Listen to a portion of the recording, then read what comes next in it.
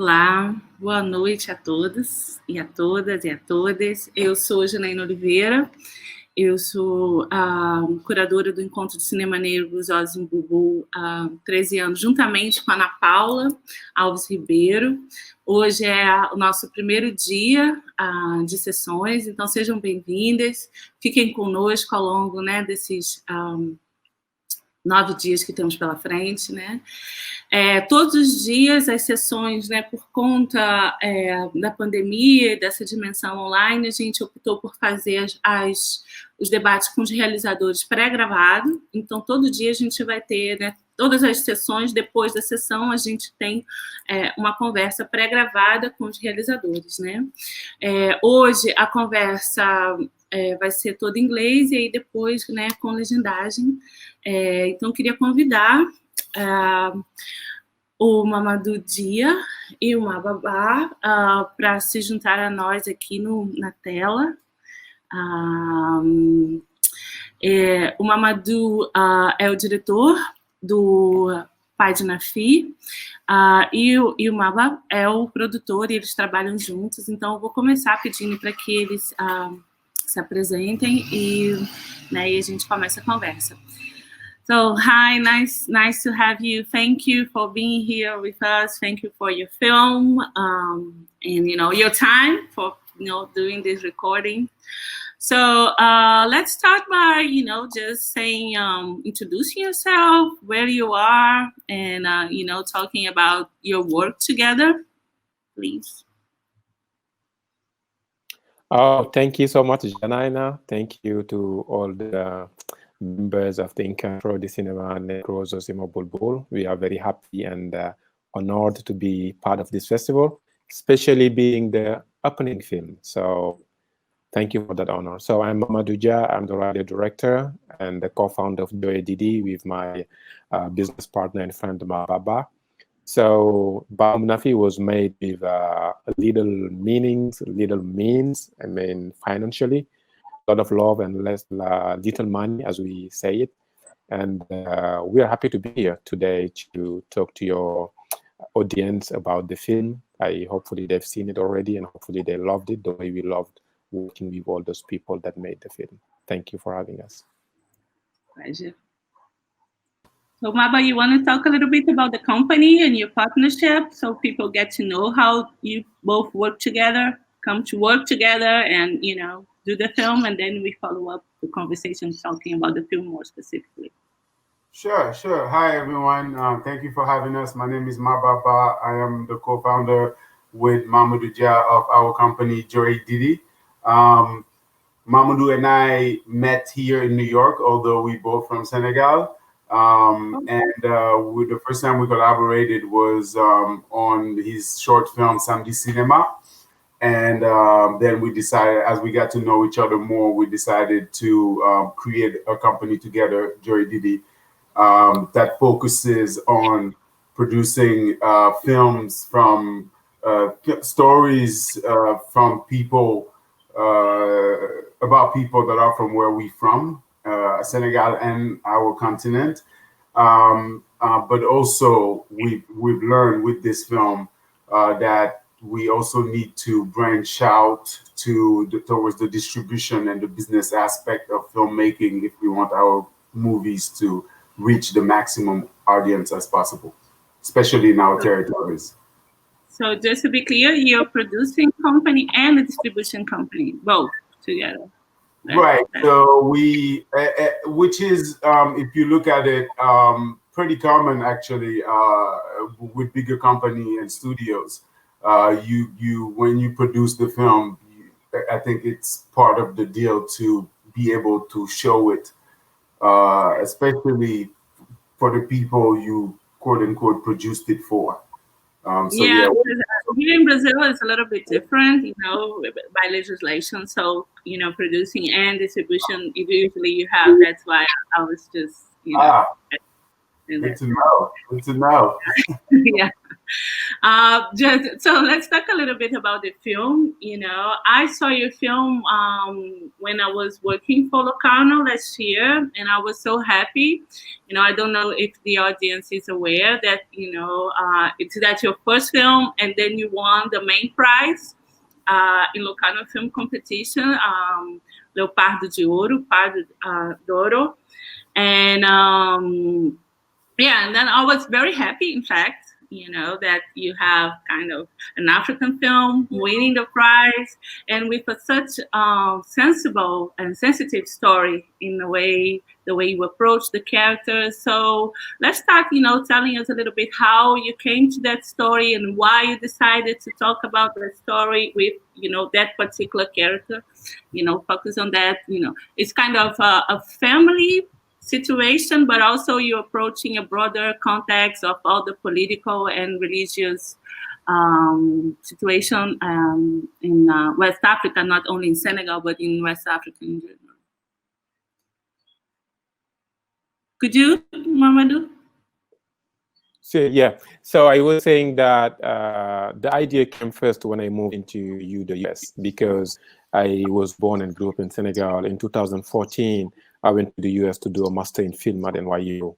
And I realized that every time I had to explain to people that I'm from Senegal, it's a 90% Muslim country, and that my father was an imam, which means kind of a priest in Islam religion. And then I would always get questions back, or some kind of looks, or some kind of silences that I didn't know how to interpret. And then I would jump in, when you have this kind of fear, to explain to people that in West Africa or in Sub-Saharan Africa, we do practice our religions in a very different way. We add so many animistic, so many social practices into those religions.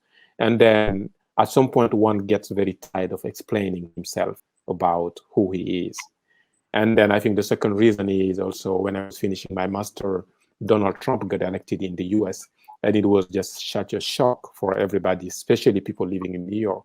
I mean, you look at Maba, you know how we all could be that really shocked of having this kind of person elected as president. So I wanted to talk about family first, then talk about religion, because I've seen places like Mali or Nigeria, peaceful people, peaceful countries, and having been attacked in some ways. And the question about through the script is not finding the answers, is always asking the questions, how does this thing happen? And for me, extremism, religious extremism, is the same as political extremism. Like the right wings in the US or in Europe coming to power is the same thing for me than extremist in religion coming to power. So the script came that way, and then being written in that to finding. But the first structure, as you said, is the family, because the family is what is most important for us in our societies. And how does the family get corrupted and kind of shackled in a way when those things come into our countries? I read an interview you gave, I don't remember where, but you said that also you work as a journalist. That's correct? During all the riots that were happening in North Mali, and when Timbuktu was, taken by, radicals. So it's also that content. Can you speak a little bit about, how? Because so it was a more straight connection also with that. Yeah, that connection is the part of that the film has this kind of documentary feel, and sometimes because it's showing how the societies are. The small town, which is the town where I was born, where the film is made, looks like Timbuktu. And I was lucky enough to see Timbuktu before the invasion and after the invasion. So before the invasion, looks like that city we shot. People go to their things, they do their lives easily, they do whatever they want, or you think this is not possible, like no one could take this city. But the extremism came, it changes a lot. So for me, as working in journalism, seeing those things happen, so I've seen those things in first sight, seeing how it changes people, and knowing that the biggest issue was always people ignoring signs. In Timbuktu, they said people were coming, giving money, people were coming, building schools and mosques, and some others became rich overnight. So there were so many signs that people decided to ignore. So seeing those helped also shaping the script, shaping it in a way that these are things that happened in cities that are as peaceful as the one we live in, and how that is happening now. So it's like trying to find ways, and through the film, that's all we try to do. How did it get from A to B with people being around, not noticing or choosing not to notice, as Cherno, the main character, does in the film. Yes, what I thought it was very interesting and precious about your film is that also to displace this idea that it's all only about religion, that it's only located in Mali, to see how it's in a small town in Senegal, it's also presence, and also the circulation, the connection with money. That's not, things that are isolated. Because a lot of people here in Brazil saw Timbuktu from Abderrahman Sissako, so I think it's also, bring us another perspective on that. Another thing that really impressed me is the work that you did with the actors. And could you talk a little bit the cast? Because Alassane Issi is very, known here in our festival because he first came as he didn't make it to be here, but we screened Falou in 2017, and then last year we screened Sega. Idil's Ibrahim films, where he's the main character. So he's back on our screens here. And of course, we are a fan of his work. And, they are also great. I mean, the performance. So how did you guys manage, to put these people together? And how was it to, put them to work? Yeah, I think Maba and I always say how lucky we are and how lucky we were to have Alassane, because Alassane is a professional actor. He worked in the US. He did Mother of George. No, yes. Not Mother of George. Restless City yes. with Andrew Jesumno. He did Mediterranean yes. with Jonas Carpignano. So he worked in 3 different continents, and he came and trusted us with the first feature. And it's hard for a professional actor to sit there with someone who's never directed before and being so patient. Alassane traveled to this town where the film was shot was like 8 hours inland from Dakar. He came, stayed a month, and only he and the actor who played the brother are professional actors. So as a professional actor, I mean, he doesn't like the term professional actor that much, but as an experienced actor, he was also helping into working with the other actors that never played in a movie. So having him helped a lot, because he was very nice, especially with the grandmother. She's old, never played now. And this, we're talking about people who've never seen a camera crew, who've never seen a film crew. So we are very lucky that they accepted to play in a movie. And Alassane was also helping a lot. So, and for me personally, was that I knew early on that Alassane would be the perfect Cherno in the film, and then made me change things. For instance, I was always imagining a father who was a little older. Then when I got Alassane and say, okay, because also that's the idea, like to give this idea, the closeness, the tightness between Alassane and the daughter. It's also because they're almost the same generation. Yeah. Right. They look like friends or brothers and sisters. So it was also something that a choice that is made there, and having him knowing the script, knowing how it goes. And we really had a blast, like even now. And the last time I was talking to Maba, when Alassane got the prize at Vue d'Afrique, it's a festival in Canada, we were so happy because it's really deserved. We were like, finally, somebody is giving him this. No pressure. No, but no, we don't have prizes. This is something about the philosophy of the founder of the festival, that, Black folks should not compete. And as we have this Black Film Festival, you should be together, not competing. So it's about meeting and, seeing each other's work and exchanging. So no worries about that.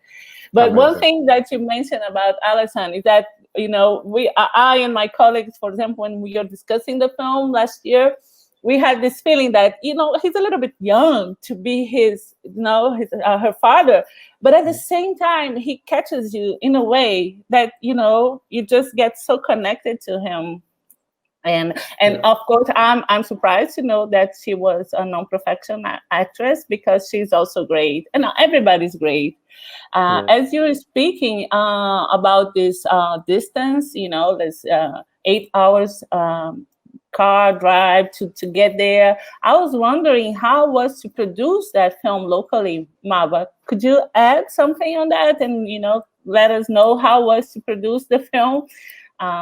You know, a film that was planned in New York, executed in a small town in Senegal, and, you know, with all this singularity. Of course. So first, Mamadou wrote the film with the part of the brain that's very creative, but also with the part of the brain that's producing. So he knew the resources we would have access to. It's his hometown as well, so he knew a lot of the things that he wrote in, how we would execute them. So that, for one, made the job extremely much easier. The second thing is our crew. Our crew is 20 times more experienced than Mamadou and I. Like, they've been in the business. They are super professionals.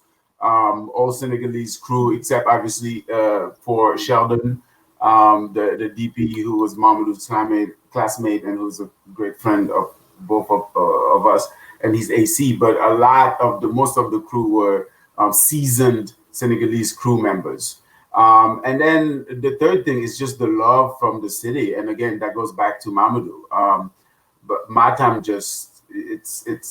it makes you feel like, you know, a world where when you raise a child, it's the whole community raising the child.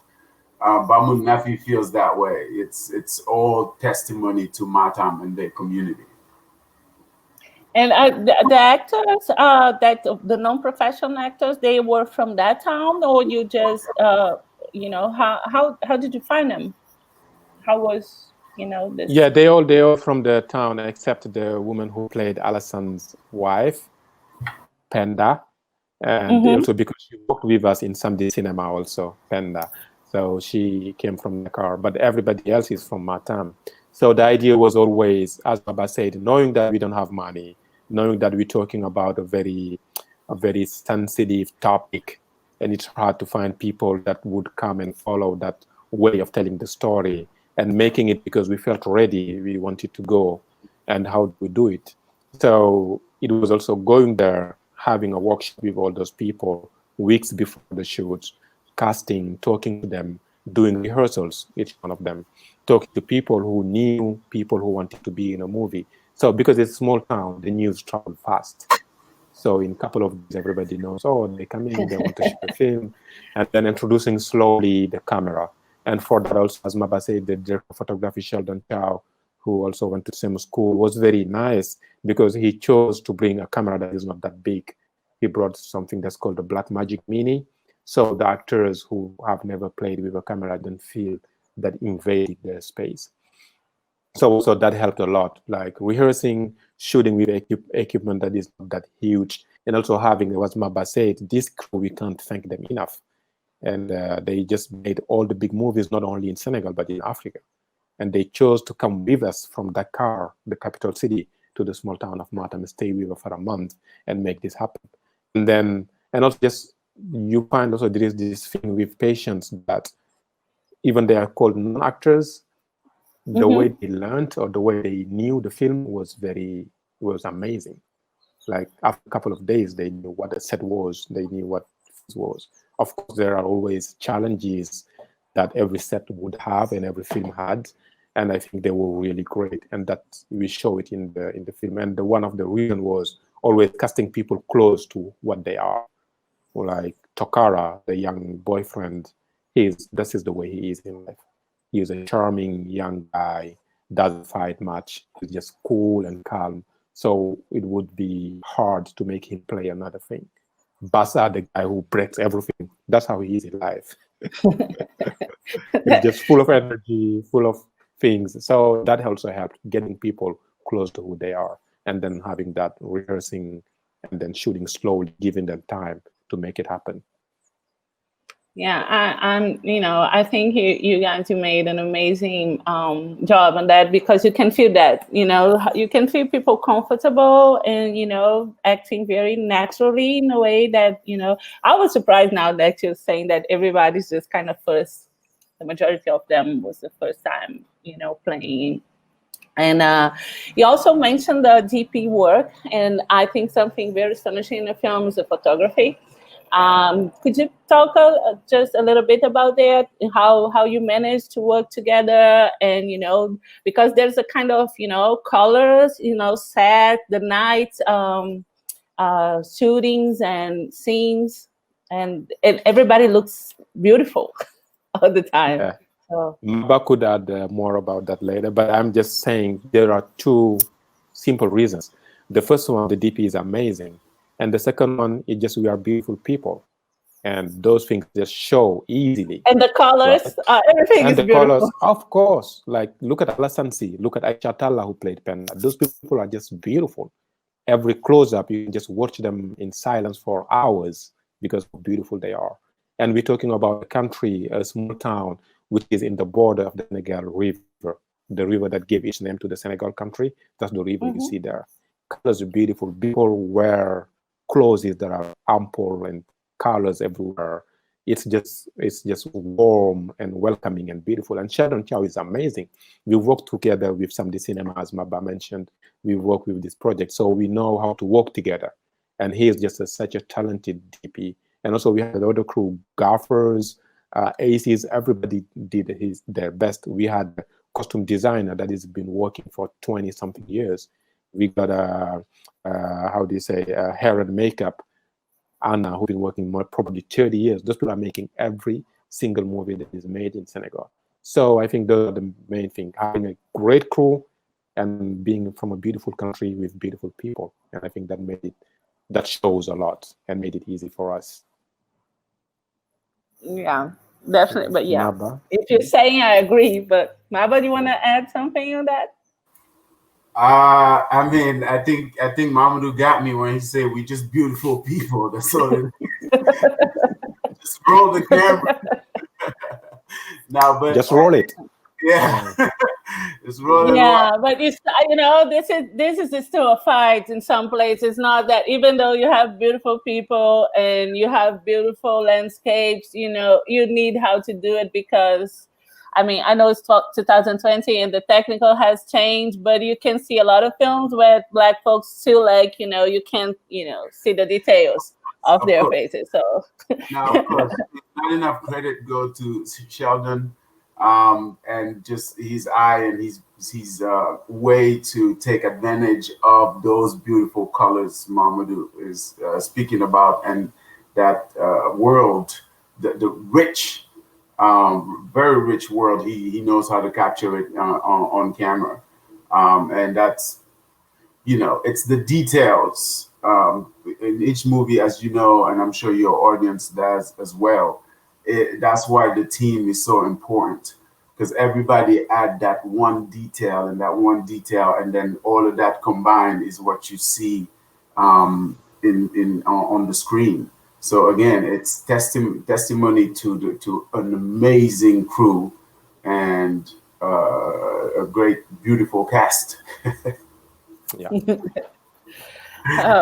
So we're just going a little bit to the end of our conversation. But Mamadou, when you start talking why you decided to tell that story about that Iman, that community and family, you mentioned that you're a little bit exhausted of explaining yourself. So now that you have your film done, you have the film recognized for the film community and people watching it. So how does it feel now? How's the perception, and what changed from that moment when you started? And now it just brings more questions. There is different questions. Now the questions we get more is, so extremism is really happening in Senegal? So is it what's happening in Senegal? Did it really happen in your hometown? Like, we are just like, dude, haven't you get the point? Can you will you ever get it? Really? I'm sorry to Sorry to be that negative, but that's how some people get it. When they see it, it's like, dude, this is not a documentary. We're talking about something that, luckily enough, knocking on wood, haven't happened in Senegal yet. We wanted to bring the debate, and those are the biggest questions we have. And as Maba mentioned before, the reason why we also became a distribution company is by necessity. We are making movies for our people. We are fighting to make movies for our people, but there is no way for them to see it. What we did, Maba and I, was we collaborated with Alain Gomis Center, that's called Centre Yenenga, and we toured the country with an inflatable screen. Yeah, with an inflatable screen to show the movie, because this is the best thing to get people get the debate. So now we're not getting the same question, we're getting different questions, but it's good that the debate has shifted a little bit in another way. But now I think we have like this platform, like the one you're giving us now, to talk a little bit more, and people coming to your festival, watching the movie, that also get more understanding of what's going on. Probably they know more about the continent. Probably people also would be interested, because we just wanted to start the debate and let it grow so people can do more research. I believe that thanks to Zosimo Bubu's works, that the founder of the film festival, people here in Rio, because we happen in Rio now, we're going to have this, broader audience because we're going online. But I do believe that, this thing because I think there's a lack of images and information about the continent in general. So I remember Mancha Diawara saying that, people has to stop looking at every image of, African films as it was a documentary, like kind of ethnographic stuff. So this is, I think now we are in, your film is going to be received by a different audience, more qualified, that will understand and be more interested in those. More particularly is like, to understand the whole of Iman in the community, how it's a religious whole, but also a political, inception. I hope, I'm talking about myself, but I do hope that in terms of the connection with the reality, I think people will have more lights on and thoughts on that. But I'm happy to hear about the connection with Alain Gomis and Omasa project. They are both friends and collaborators. And how was the reception? How the local reception that experience? People, how they felt about it. If I may just add very quickly for the audience. It's another question we keep getting, that before and after the film, is this idea of African films. Yeah. Right. This idea of putting the continent together, which for a Pan-Africanist and other reasons may be a good thing. I'm not going to dig into that, but this story was specific to Matam. The theme obviously resonates beyond Africa, right? The family and the risk of extremism, etc. But it may be a mistake, I think, to think that here is an African story, because that story told in Dakar, which is still in Senegal, would be a very different story, within the same country. So I think that's one thing to highlight. Yeah, but I think this is important to have, that's why it's important to have so different, to watch different films from different places, different, made in different times, so people can have, more images. Right. But the lack of images in this side of the Atlantic, the result is that many people just like, oh, this is Africa, Africa. Yeah. So that has a lot to do with distribution. There are a lot of fantastic film, and actually Mamadou told me about films I didn't even know about, because it's not out there. And today it's an issue to find them. You got to dig everywhere, and some of them you never find. So that has a lot to do with the distribution rather than the lack of those images existing. No, I'm the lack's not, it's not about the amount of image. They exist, but right. They don't just get to people to know them. That's that's why we fight so much to have as much film as we have. We're gonna have 119 films this year. I think, not of course in Brazilians and international ones, but we have a great amount of, African films from different, countries in that sense. Wow. To, build documentary ones, fiction ones, narrative ones, just to have this panorama. So I'm very happy to have you both and to have your film. And to start, I think it's a great start for our encontro. That means meeting. So somehow you're meeting here. So thanks so much. You want to add something as we are finishing here? Well, I want to answer your question because I hijacked it. I'm sorry. You asked about the reception of the film. We opened in Matam with the inflatable screen, and it was the most amazing feeling. It was about 400 people, more or less, opening night. So many kids, and watching them, seeing themselves, seeing the images of their hometown on screen and how they were reacting to everything. That's the best audience I've seen so far. They were so engaged and they reacted to the moments. They knew the beats, like this is they understood it. It was beautiful. We had to do it again. So the next day, we did it again at the same place. And I didn't expect to have another 400 people come in, but they went and told everyone. So we were in this cultural center, and it's a wall off. So you had about 400 people watching it there. And then I kept seeing kids on top of the wall from the outside looking in. So I would walk around and be like, just come in, it's free, just jump in. And then they would come on the wall. It was amazing. Yeah, that was amazing. Yeah. So I hope in the next film, to bring you here, so you have a little bit taste of our audience. It's nice too. We usually happen in the most traditional theater in town. It's like 500 places. So that the open night should be like your audience. So wow. Yeah, we're really lucky and grateful that you chose us for the opening night. Yeah. And thank you so much. And these are the reasons why we make movies. Audiences like that who would come and see the film. So thanks to the audience also to watching the film. And obrigado. Oh, that's nice. Your Portuguese is good. Better than my French. Just so one word. Yeah, that's working. And so thank you once again. And that's it. Hope to see you. Keep me posted about your work. I would appreciate that. Thank you, Janaina. Okay. Thank you. Obrigado todo mundo que assistiu a conversa, e eu espero que vocês continuem conosco ao longo dessa semana e que vocês tenham gostado do filme.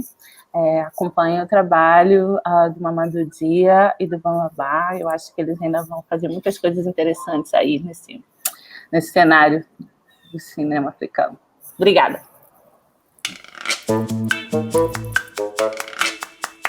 Thank you.